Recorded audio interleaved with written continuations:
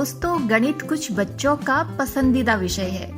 कुछ बच्चे उससे घबराते भी हैं, लेकिन अगर कोई गणित से घबराकर उसे छोड़ने का ही फैसला ले ले तो।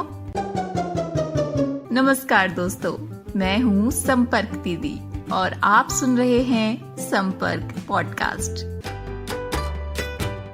आज के एपिसोड में हम सुनेंगे मंजरी शुक्ला की कहानी गणित का डर। तो बस अपनी कल्पनाओं के सारे दरवाजे खोल दीजिए और क्रिएटिविटी की हवा आने दीजिए। बहुत समय पहले की बात है।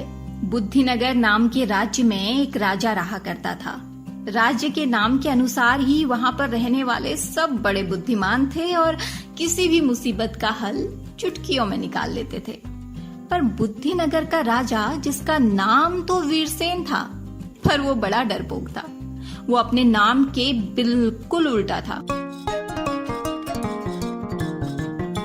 इतने बड़े राज्य का राजा होने के बाद भी अगर उसके सामने कोई जोड़ने घटाने की बात करता तो वो घबरा कर भाग जाता।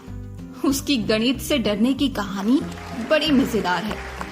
जब बचपन में वो गुरुकुल में पढ़ता था, तभी उसके साथ एक अनोखी घटना हो गई, जिसने उसे गणित के विषय से बहुत दूर कर दिया। एक बार वीरसेन गुरुकुल में सभी विद्यार्थियों के साथ बैठा कोई सवाल हल कर रहा था कि तभी उसके सिर पर एक कटहल आकर गिर पड़ा। बूम! जब तक कोई कुछ समझ पाता, वीरसेन अपना सिर पकड़कर जमीन पर लोटपोट हो गया। वो तो कहो कटहल छोटा था, वरना बेचारे वीरसेन का पता नहीं क्या होता। ठीक होने के बाद भी वो कई दिनों तक आराम फरमाता रहा और गणित पढ़ने के नाम से घबराने लगा। किसी तरह ठोक पीट कर गुरुजी ने उसे वापस गणित पढ़ने के लिए बैठाया। तो एक दिन कुछ शैतान बच्चों ने पेड़ के ऊपर बने मधुमक्खी के छत्ते पर पत्थर मार दिया। बाकी बच्चे तो भाग खड़े हुए, पर गोल मटोल वीरसेन जब तक कुछ समझ पाता, उस पर मधुमक्खियों ने आक्रमण कर दिया। गुरुजी ने तुरंत कंबल मंगवाकर उसके ऊपर कंबल डाला और उसे वहां से ले गए। अब मधुमक्खियों ने काटा था तो वीरसेन के पूरे शरीर में सूजन हो गई और वो गणित के नाम से और भी ज्यादा घबराने लगा। उसके सहपाठियों ने उससे कहा, खबरदार जो तुमने गणित पढ़ी, तुम जब जब गणित पढ़ते हो या तो कटहल गिर जाता है या मधुमक्खियां काट लेती हैं। ये सुनकर वीरसेन और भी घबरा गया। धीरे धीरे गुरुजी समझ गए कि वीरसेन को गणित पढ़ाना नामुमकिन है, इसलिए उन्होंने वीरसेन को गणित छोड़कर बाकी विषयों पर ध्यान देने के लिए कहा। समय व्यतीत होता गया और जब वीरसेन गुरुकुल से अपनी शिक्षा पूरी करके निकला तो गणित के मामले में वो पूरी तरह फिसड्डी था। पूरा राज्य जहां उसके वापस लौटने से खुशियों से झूम रहा था, वहीं उसके पिता हर्षसेन चिंता के मारे घुले जा रहे थे।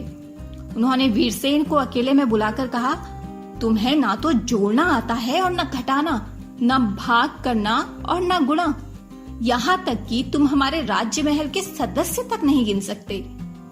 वीरसेन ने कुछ सोचा और बड़ी बुद्धिमानी से जवाब दिया, पर पिताजी, हम हमारे राजमहल के लोग क्यों गिनेंगे? क्या उन्हें कोई चुरा कर ले जा रहा है? ऐसी बुद्धिमानी भरा उत्तर सुनकर राजा ने अपना सिर पीट लिया। राजगद्दी इकलौते पुत्र को देने ही थी, सो राजा ने जिस दिन वीरसेन का राजतिलक किया, उसी दिन महामंत्री को साये की तरह उसके साथ लगा दिया। महामंत्री था तो बहुत बुद्धिमान, लेकिन उसकी नजर हमेशा राजगद्दी में थी।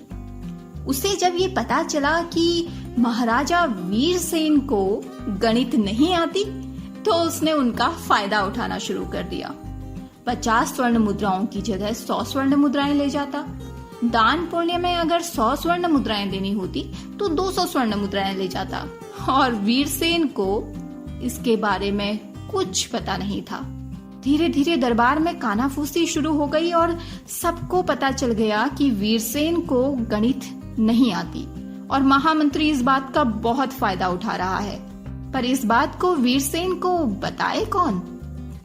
सभी महामंत्री से डरते थे कि कहीं उन्हें ही दरबार से ना निकलवा दिया जाए, इसीलिए कोई भी वीरसेन को महामंत्री के बारे में नहीं बताता। एक दिन महामंत्री शस्त्र खरीदने के लिए वीरसेन से स्वर्ण मुद्राएं मांग रहा था।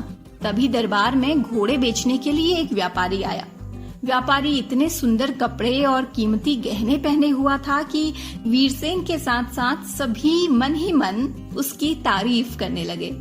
उसने वीरसेन के सामने जाकर सिर झुकाकर अभिवादन किया और बेहद विनम्रता से कहा, महाराज, मेरे पास बेहद उम्दा नस्ल के 100 घोड़े हैं। अगर आप उन्हें खरीद लें तो आपकी सेना को बहुत फायदा होगा, क्योंकि वे सभी घोड़े इतना तेज दौड़ते हैं कि आपको लगेगा वो उड़ रहे हैं।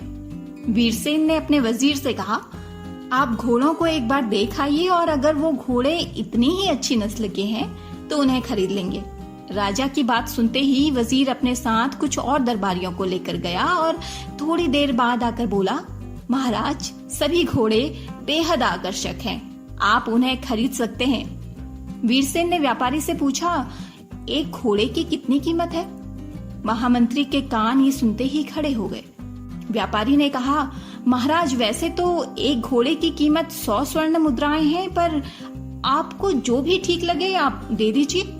वीरसेन ने कहा, नहीं, तुमने ठीक कीमत बताई है। और महामंत्री से पूछा, महामंत्री जी, अगर एक घोड़े की कीमत 100 स्वर्ण मुद्राएं हैं तो 100 घोड़ों की कीमत कितनी होगी? महामंत्री झूठी हंसी हंसते हुए धीरे से बोला, महाराज, 20,000 स्वर्ण मुद्राएं होंगी, मैं अभी जाकर ले आता हूँ। तो दोस्तों, ये कहानी मैंने कुछ टीचर्स को सुनाई और उनसे पूछा कि यही कहानी अगर वो अपनी क्लास में सुनाते तो बच्चे क्या मजेदार जवाब देते और उनकी कल्पनाओं में इस कहानी का क्या अंत होता।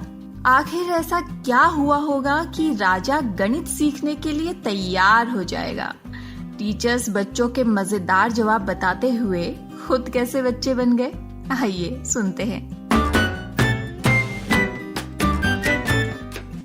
चलिए सुनते हैं उत्तर प्रदेश के अविनाश जी और उत्तराखंड की नीलम जी की कक्षा के बच्चों ने इस कहानी का क्या अंत सोचा। गणित न आने से राज्य का खजाना खाली हो सकता है। ऐसे तो राजा का पूरा खजाना खत्म हो जाता और मंत्री राजा बन जाता और राजा को राज्य छोड़कर जाना पड़ता। सुनते हैं हिमाचल प्रदेश की बबीता जी बच्चों के क्या मजेदार जवाब लाई हैं। अगर उन लोगों में से कोई महाराजा को सच बता देता कि घोड़े की कीमत 20,000 नहीं बल्कि 10,000 है तो महाराजा हैरान रह जाते और उन्हें हो जाता कि गणित सीखना कितना महत्वपूर्ण है और महाराजा गणित सीखने के लिए तैयार हो जाते। अब अगली कॉल जा रही है छत्तीसगढ़ के संजय जी और उर्मिला जी के पास। राजा अगर जोड़ना घटाना जानते तो मंत्री जी नहीं ठग पाते। महामंत्री की बात सुनकर दरबार में कानाफूसी होने लगी। सभी राजा को ताकने लगे। तभी राजा ने माहौल शांत कर कानाफूसी का कारण अपने एक दरबारी से पूछा। वह उसको अपने महामंत्री के कारनामे का पता चला। चलिए अब सुनते हैं झारखंड की कुसुम जी की कक्षा के बच्चों की नजर में कहानी का अंत क्या है। कहानी में बहादुर सिंह को घोड़ा लेना था क्योंकि वो बड़े अच्छे घोड़े थे, लेकिन उसे तो गणित आते ही नहीं थी। वो महामंत्री के कहने अनुसार 20,000 स्वर्ण मुद्राएं जो है वो लेकर व्यापारी को दे देता है। लेकिन व्यापारी जो है बहुत ईमानदार था। वो बोला, अरे ये तो बहुत ज्यादा है, मुझे तो सिर्फ 10,000 स्वर्ण मुद्राएं चाहिए 100 घोड़े के लिए। तब बहादुर सिंह को समझ में आ जाती है कि महामंत्री जो है वो अधिक बोलकर उसे ठग रहा था। अब सुनते हैं हरियाणा के अनिल जी और नीलम जी से कि उनकी कक्षा के बच्चों ने कहानी का क्या अंत सोचा है।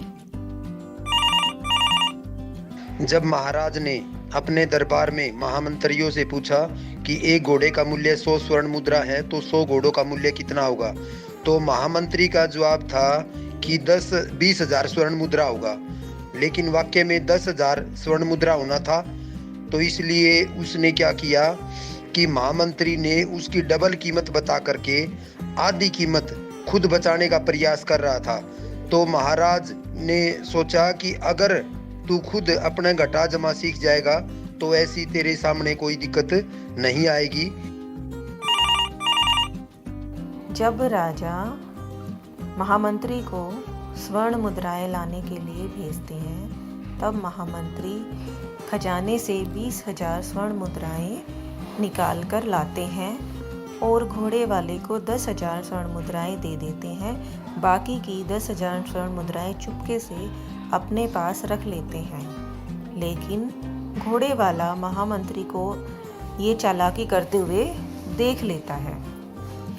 उसके बाद उसकी समझ में आ जाता है कि ये महामंत्री तो राजा को बेवकूफ़ बनाता है और उनको लूटता है।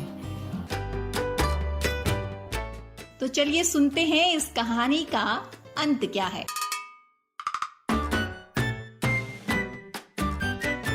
तभी महामंत्री एक लाल रंग का रेशमी थैला लाए और व्यापारी के हाथ में देते हुए बोले, ये आपके घोड़ों की कीमत। व्यापारी ने थैला लिया और वीरसेन से बोला, महाराज अच्छा हुआ आपने सारे घोड़े खरीद लिए, मुझे 10,000 स्वर्ण मुद्राओं की सख्त आवश्यकता थी। तभी पास में खड़े हुए एक दूसरे मंत्री ने कहा, हाँ अच्छा है, और बाकी के 10,000 आपके किसी और काम आ जाएंगे। दरअसल मंत्री ने 20,000 वाली बात सुन ली थी। नहीं महाराज, एक घोड़े की कीमत 100 स्वर्ण मुद्राएं हैं तो 100 घोड़ों की कीमत 10,000 स्वर्ण मुद्राएं हुई। आप मुझे भला 20,000 स्वर्ण मुद्राएं क्यों दे रहे हैं? वीरसेन ने आश्चर्य से महामंत्री की ओर देखा, जिसके चेहरे पर हवाइयां उड़ रही थी। वीरसेन समझ गया कि महामंत्री ने उससे झूठ बोला है। ये देखते हुए दरबार में बाकी लोगों ने भी महामंत्री के कारनामों पर से पर्दा उठा दिया। वीरसेन अपना सिर पकड़कर चुपचाप सिंहासन पर बैठ गया। वो अब समझ चुका था कि इसमें गलती महामंत्री की नहीं, उसकी है, क्योंकि वो अपना हिसाब किताब नहीं रख पाता, इसलिए महामंत्री उसे ठग लेता है। लेकिन अब चूंकि महाराज को अपनी गलती का पता चल चुका था, इसलिए उन्होंने कोषाध्यक्ष से कहा, आप मुझे कल से गणित सिखाएंगे। कोषाध्यक्ष ने पूछा, जी महाराज जरूर। वीरसेन खुश होते हुए कोषाध्यक्ष से बोला, कल सुबह ही आप मुझे गणित सिखाएंगे। जी महाराज, मैं आपको पढ़ाने कहाँ पर आऊँ? कोषाध्यक्ष ने कहा, कटहल के बाग में, क्योंकि कटहल हमेशा नहीं गिरते। कहते हुए वीरसेन ठहाका मारकर हंस पड़ा। तो टीचर्स, ये थी हमारी आज की कहानी। ये तो आप जानते ही हैं कि नई शिक्षा नीति यानी NEP में भी बच्चों को कहानियां सुनाई जाने की बात पर जोर डाला गया है। बच्चों को कहानी सुनाई जानी चाहिए, ये तो सब कहते हैं, लेकिन सवालों के शहंशाह इन बच्चों के लिए कहाँ से आएंगी हर बार नई कहानियां? और किसके पास है ये पिटारा? मेरे पास। जी हाँ, अब से मैं लेकर आऊंगी आपके लिए हर पॉडकास्ट में एक नई कहानी। ये पॉडकास्ट आपको कैसे लग रहे हैं मुझे जरूर बताइए, और हाँ, मुझे जरूर बताइए कि इस कहानी से आपको क्या सीख मिली।